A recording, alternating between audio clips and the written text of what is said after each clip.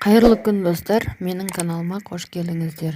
Бүгін мен сіздерге яғни IP-ның жабылғанын телефон арқылы қалай тексереміз, сол туралы көрсетпекшімін. Ол үшін кез келген интернет браузерге Google-ға kkdgov.kz деп жазасыз.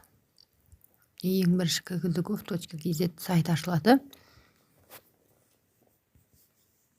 Осыда төмен қарай түсірсеңіз, поиск налогоплательщиков дегенге кіресіз.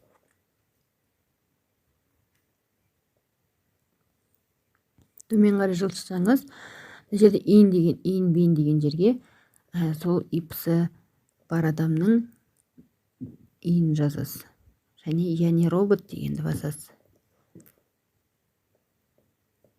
Мына жерде мостоттарды көрсетіп тұр. Сұраған нәрсесін көрсетесіз, подтвердить етесіз. Ары қарай поискті басасыз. Осы жерде IP-ның аты жөні, иіні, және қашан ашылғаны, және қашан жабылғаны осы жерде көрініп тұрады.